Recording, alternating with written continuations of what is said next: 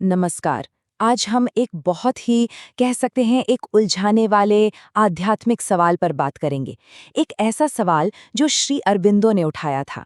सोचिए, क्या ऐसा हो सकता है कि हमारी सबसे बड़ी अच्छाई, हमारा सबसे बड़ा गुण ही हमारी तरक्की में सबसे बड़ी रुकावट बन जाए?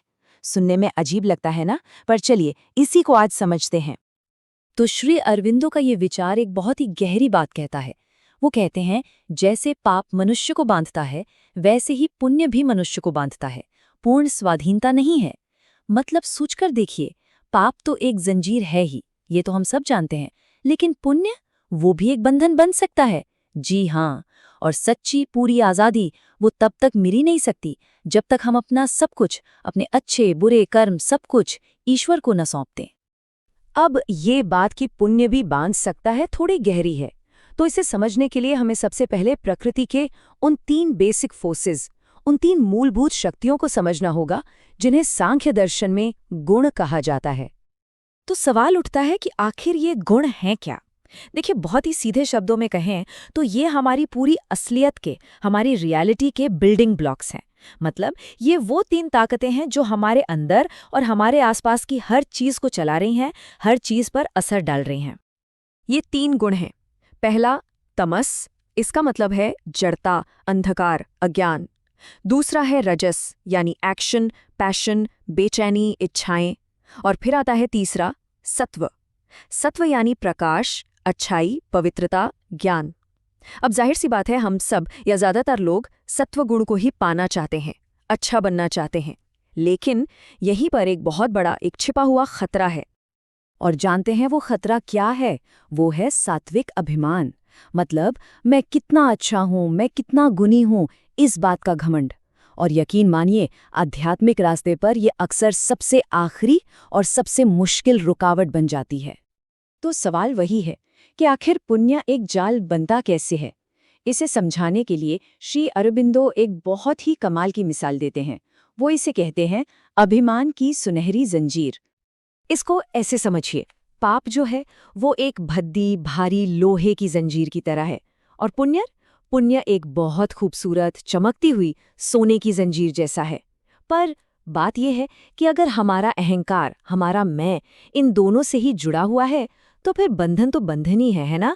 आखिरकार जंजीर तो जंजीर ही होती है। क्या फर्क पड़ता है कि वो लोहे की है या सोने की? बांधती तो दोनों ही हैं। इसका एक क्लासिक उदाहरण मिलता है महान ऋषि विश्वामित्र की कहानी में। सोचिए, उन्होंने कितनी कितनी अपार तपस्या की थी, लेकिन फिर भी उनके मन के किसी कोने में ब्रह्मर्षि कहलाने की एक बहुत ही महीन, एक सूक्ष्म सी इच्छा अटकी हुई थी। और बस इसी इच्छा की वजह से उनकी आध्यात्मिक तरक्की बार बार रुक जाती थी। यही है सात्विक अभिमान का सबसे बड़ा उदाहरण। तो ये सवाल हम सब के लिए सोचने वाला है।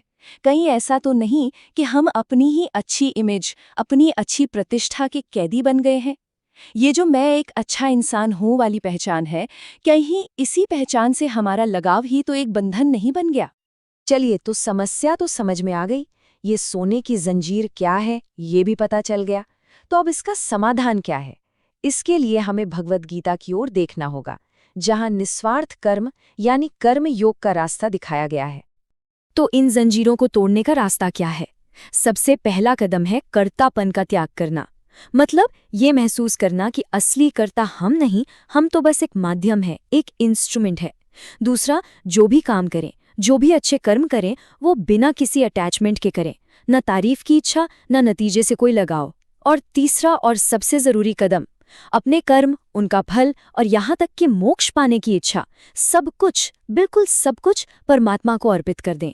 असल बात बस इतनी सी है कि मैं करने वाला हूं, इस भाव को पूरी तरह से छोड़ देना है। और इस पूरे रास्ते का, इस पूरे समर्पण का सार भगवद गीता के एक श्लोक में सिमट जाता है। कृष्ण अर्जुन से कहते हैं, सर्वधर्मान परित्यज्य मामेकम शरणम व्रज। इसका मतलब क्या है? इसका मतलब है हर तरह के धर्म, कर्तव्य और उनके फलों का मोह सब कुछ छोड़कर बस एक मेरी शरण में आ जाओ। और बस यही वो पल है जो आध्यात्मिक यात्रा का सबसे ऊंचा शिखर है, उसका चरमोत्कर्ष है। ये वो पॉइंट है जहां एक साधक अपनी सोने की जंजीर और अपनी लोहे की जंजीर, मतलब अपने पुण्य और अपने पाप, अपनी सारी अच्छाई और बुराई, दोनों को ही ईश्वर के चरणों में रख देता है और पूरी तरह से आजाद हो जाता है। तो चलिए अब इस पूरी बातचीत को समेटते हैं। आखिर हम किस नतीजे पर पहुंचे? लक्ष्य सिर्फ एक अच्छा इंसान बनना नहीं है, सिर्फ सांसारिक अच्छाई पाना नहीं है। लक्ष्य तो सच्चाई से भी परे जाना है, परम स्वतंत्रता के लिए, एब्सोल्यूट फ्रीडम के लिए। तो फिर सच्ची मुक्ति यानी मोक्ष आखिर है क्या? मोक्ष है पाप के बंधन से आज़ादी, मोक्ष है पुण्य के बंधन से भी आज़ादी, और असल में ये अपनी मैं वाली पहचान के बंधन से ही आज़ादी है। ये परमात्मा के साथ एक हो जाने का एहसास है, मतलब अच्छे और बुरे के इस पूरे खेल से ऊपर उठ जाना। सिर्फ लोहे की जंजीर तोड़ना नहीं, बल्कि सोने की जंजीर को भी उतार फेंकना। और यहीं पर हमें वो आखिरी लेकिन सबसे ज़रूरी फ़र्क समझना है। एक होती है प्रकृति की अच्छाई, जो तीनों गुणों के दायरे में है, और एक होती है आत्मा की स्वतंत्रता, पुरुष की स्वतंत्रता। जो प्रकृति की अच्छाई है, वो कितनी भी अच्छी क्यों ना हो, कहीं ना कहीं अहंकार से जुड़ी होती है।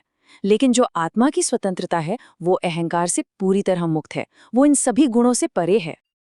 और इसी विचार के साथ एक सवाल हम सब अपने आप से पूछ सकते हैं, हमारी अपनी खूबसूरत सोने की जंजीरें कौन सी हैं? वो कौन से हमारे अच्छे गुण हैं, कौन सी हमारी अच्छाइयाँ हैं, जिनका अभिमान शायद अनजाने में ही हमें बांधे हुए है? इस पर ज़रूर सोचिएगा।